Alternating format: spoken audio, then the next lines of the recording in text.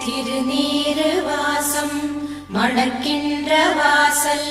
செல்கின்ற நாளெதுவோ அருள் வந்து பொங்கும்